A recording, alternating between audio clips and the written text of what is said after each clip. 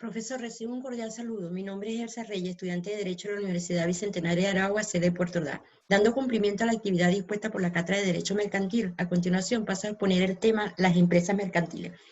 Según lo comentado por el blog jurídico, aquí se habla de derecho por parte del abogado Valera, se considerará empresa toda entidad independientemente de su forma jurídica que ejerce una actividad económica. En particular, se considerarán empresas las entidades que ejerzan una actividad artesanal o otras actividades a título individual o familiar, las sociedades de personas y las asociaciones que ejerzan una actividad económica de forma regular.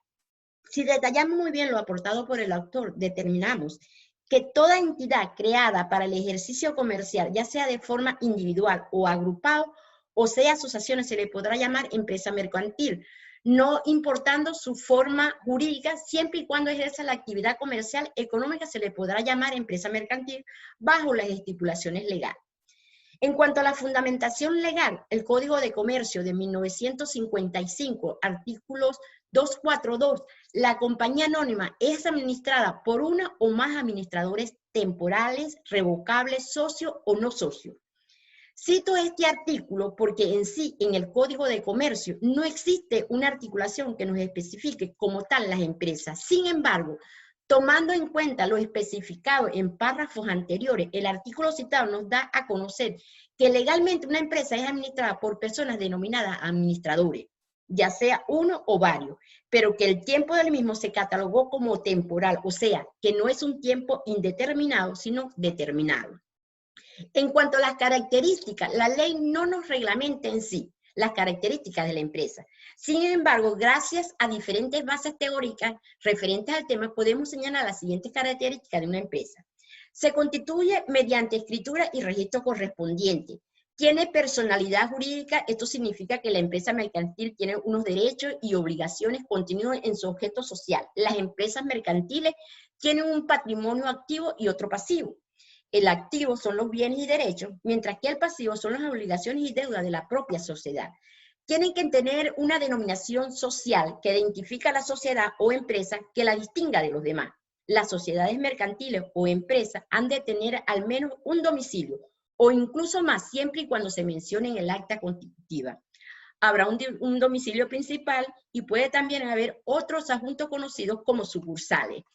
Otra de las caracteres de la sociedad mercantil es la nacionalidad, que será donde se establezca el domicilio. La empresa tendrá en cuenta las leyes del país donde figure su domicilio. En cuanto a las bases teóricas, el abogado Varela nos aporta una base teórica muy importante para el conocimiento y ejercicio de esta materia. La empresa constituye un fenómeno económico y social sobre el que se proyecta la ordenación jurídica. Desde el punto de vista, la empresa es una actividad económica organizada de producción y distribución de bienes y servicios, valorables económicamente destinadas a satisfacer necesidades humanas en el mercado. La empresa puede conceptuarse como un conjunto organizado de capital y de trabajo destinado a la producción y a la mediación de bienes o de servicios para el mercado. De acá es que vemos lo importante que es la constitución de empresa para la nación. Una, porque satisface las necesidades que tenemos por el medio del mercado, o sea, la venta de todo tipo de productos consumidos utilizados por el ser humano. Y dos, por el medio de la actividad económica llevada por la empresa, se generan más trabajo o empleo, y es por eso que la idea es que se constituyan más sociedades mercantiles que no se expropien, como lo ha venido haciendo el gobierno venezolano en los últimos años. En las generalidades de las obligaciones mercantiles, si tomamos en cuenta lo estipulado por nuestro Código Civil venezolano, como las fuentes documentales y jurisprudenciales acerca del significado de obligaciones, podríamos decir que se considera como un nexo jurídico, es decir, que vinculan los sujetos con relación a una obligación y a un derecho, el cual una parte queda obligada respecto de otra para dar, hacer o no hacer alguna cosa.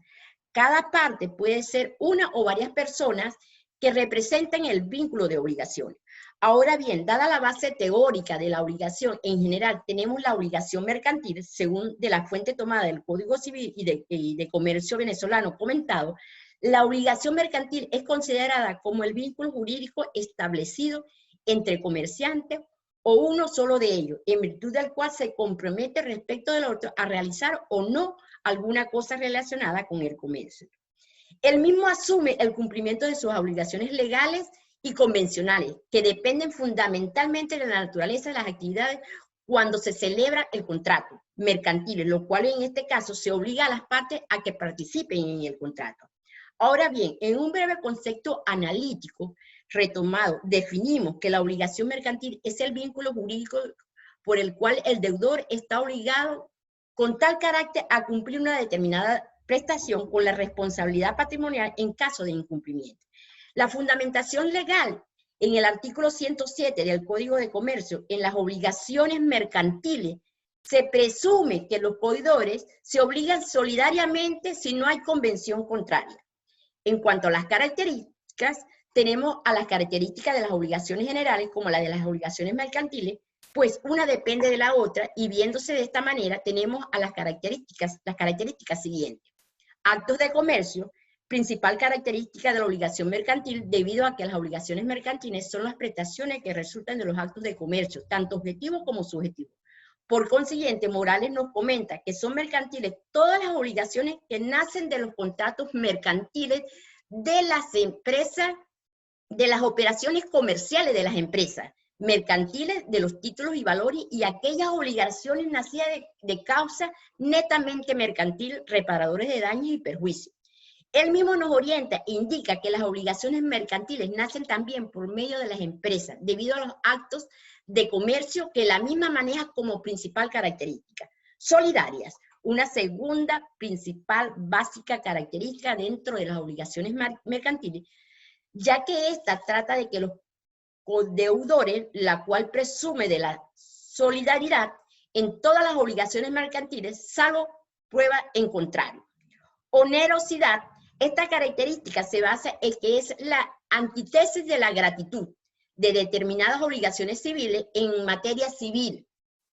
El préstamo o mutuo es gratuito si no se pactan intereses. El deudor debe devolver la misma cantidad y calidad, cualquiera que sea el aumento o disminución del precio.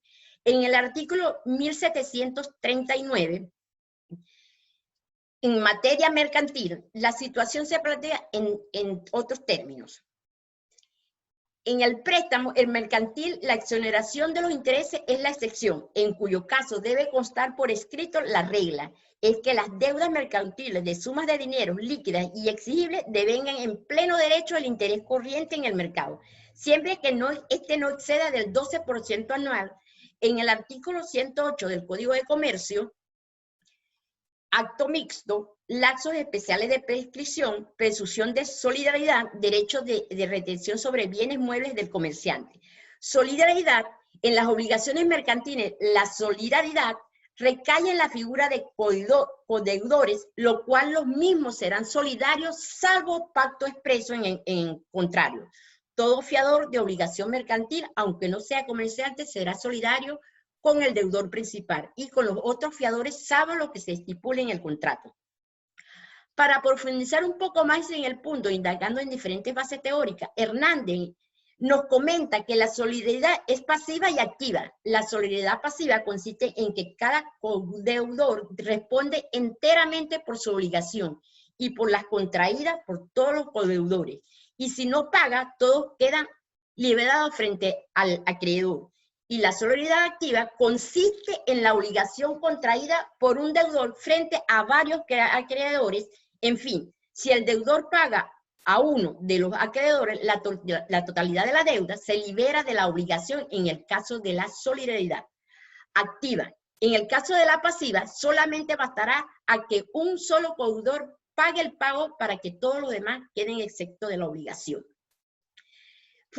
En cuanto a la fundamentación legal de la solidaridad, en el artículo 107 del Código de Comercio, los codeudores de las obligaciones mercantiles se presume que se obligan solidariamente. En el artículo 1221 y 1222 del Código Civil venezolano, en materia civil, las obligaciones solidarias es cuando varios deudores están obligados a una misma cosa, de modo que cada uno pueda ser constreñido en el pago por la totalidad y que de la misma forma el pago por uno de los socios libere el resto de la deuda.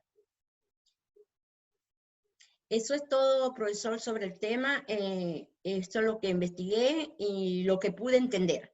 a lo que llegué hasta este punto. Muchas gracias por la atención y que tenga muy buenas noches.